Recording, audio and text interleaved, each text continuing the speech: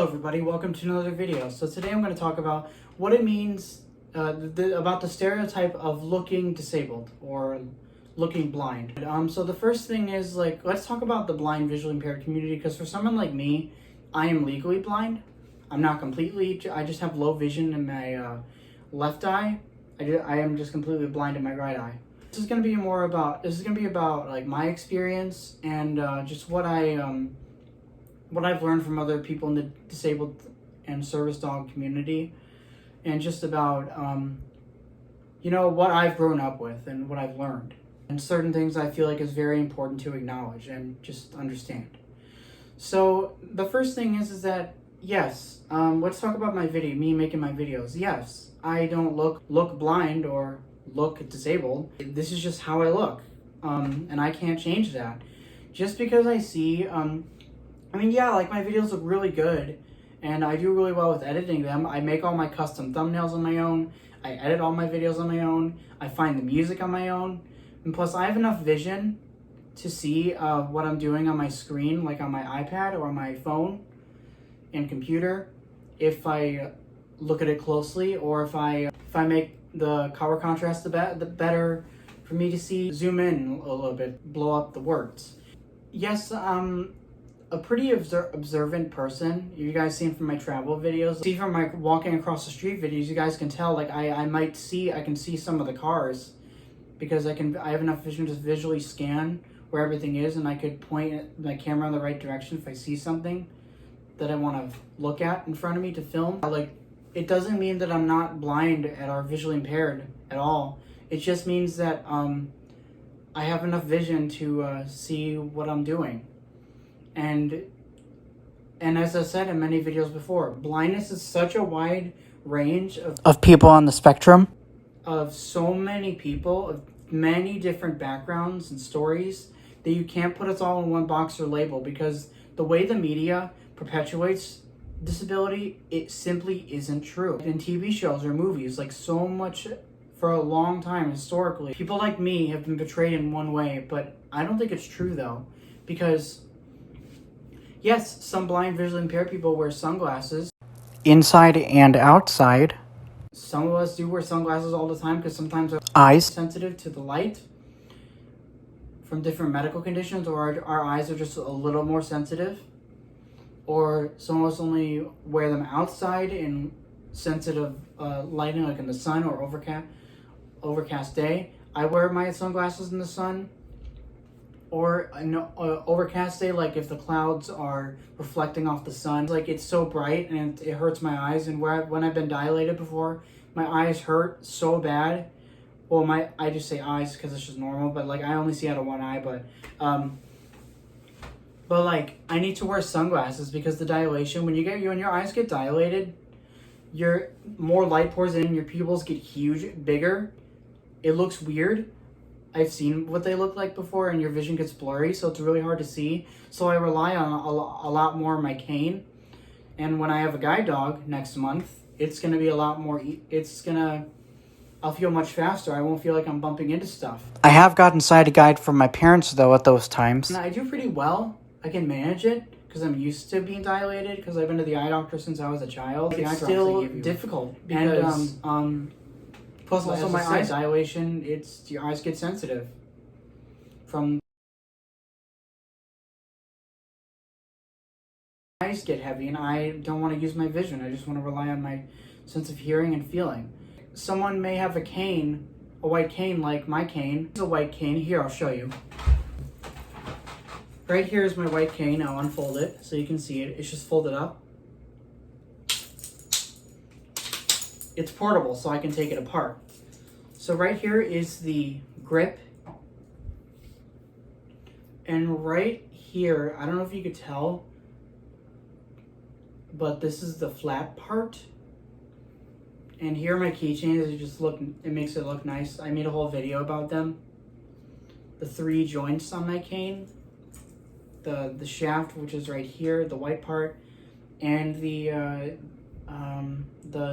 red part on the bottom with the rolly tip.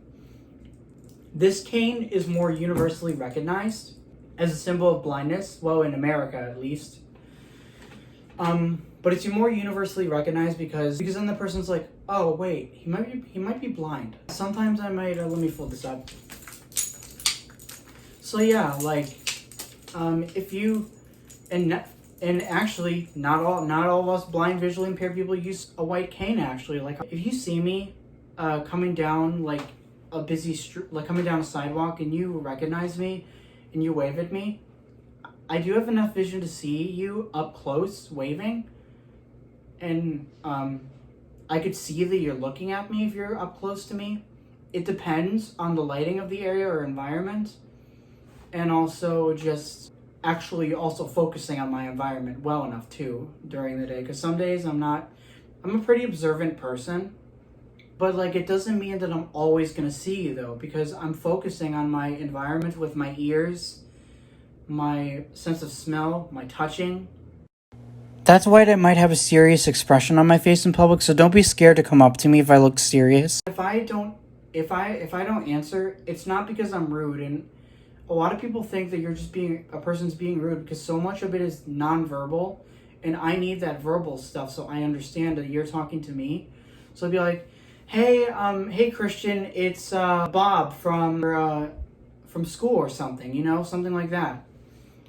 Because then, number one, I know you're talking to me, and number two, like it's not going to be so awkward for me, because then I'll realize that you're talking to me, because I also like the verbal communication, because just because I have low vision doesn't mean I always rely on it, because I actually don't always use my vision, and so much of the world is like visual things, but that's not, for us blind visually impaired people, we adjust to our own situations. It's important for you to educate yourself. Like let's say if you come on the right side, like coming this way or coming this way, and if I turn my head and you're still walking near me, I might be able to see you.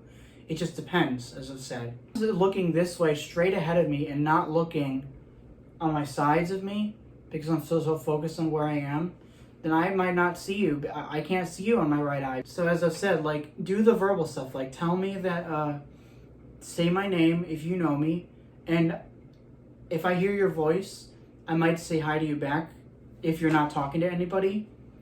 And if I hear you that you're making if you're having a conversation with somebody, I'll just wait. And then once I see that you turned and noticed me, then I'll say hi, because as I've said, I have enough vision to see you up close. If you're like, let's say like down a hallway and you say like, hey Christian, it's Bob from school or something, then I'll know you're there. I can see you down the hall from a certain distance, because I can tell if I know you well enough, I could tell by your body movements, but also I could tell by your walking speed. For example, the sound of your footsteps, the sound of your voice as well. Also like the outline of you from a certain distance. Like if you're curious and you notice that like I still have a cane, guide dog, and I have glasses on, you'd be like, are you blind? And that's okay. I'm not going to be offended by that. So many people get scared of people with a white cane, because then they don't talk to people because they don't know what to do.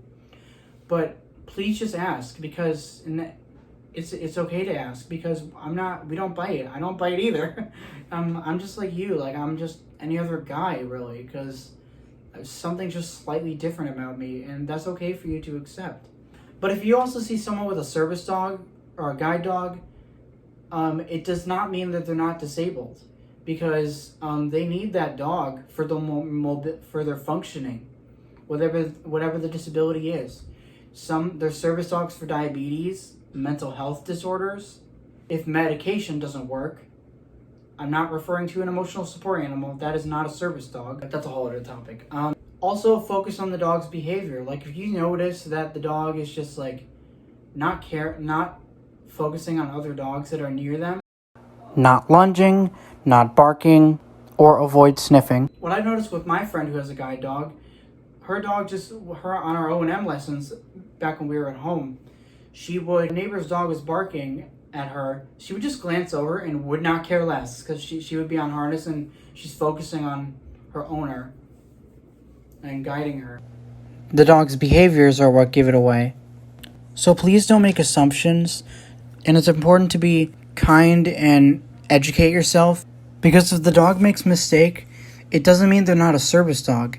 It just means they might have made a mistake. And it's important to acknowledge that because everybody makes mistakes, animal or human. And same with me. Like when I have a guide dog in about a month, I am not gonna. I'm also gonna, because we're both focusing on our body movement too. Like I'm gonna be focused on where I'm turning, like what my environment is, because my goal, what I need to do in this world is navigate everywhere safely and effectively. Because and the nice thing about having a guide dog is I'll get to notice that you're like, when I see you waving, I could just talk to you, and like if you want to walk with me, you can. And it's gonna be nice because my guide dog is gonna guide me.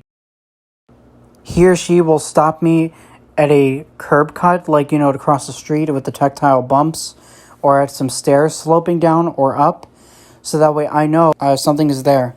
And I could just walk and enjoy life, and that's gonna feel great. Here's another part, like I forgot to mention this earlier, that yes, my glasses give away that I may not be blind, visually impaired, disabled, whatever, but it doesn't mean I'm not, though, because not everybody that wears glasses, frankly, or doesn't wear any, you don't know. No. Sometimes we have enough functioning vision to at least get by or walk without any mobility aid. Some of us do need it, like myself. Like I need a mobility aid to function. But if you come closer, then you'll notice, if you notice that my right eye is a little different than my left eye, then you could ask, are you blind? Like, just ask that. That's okay.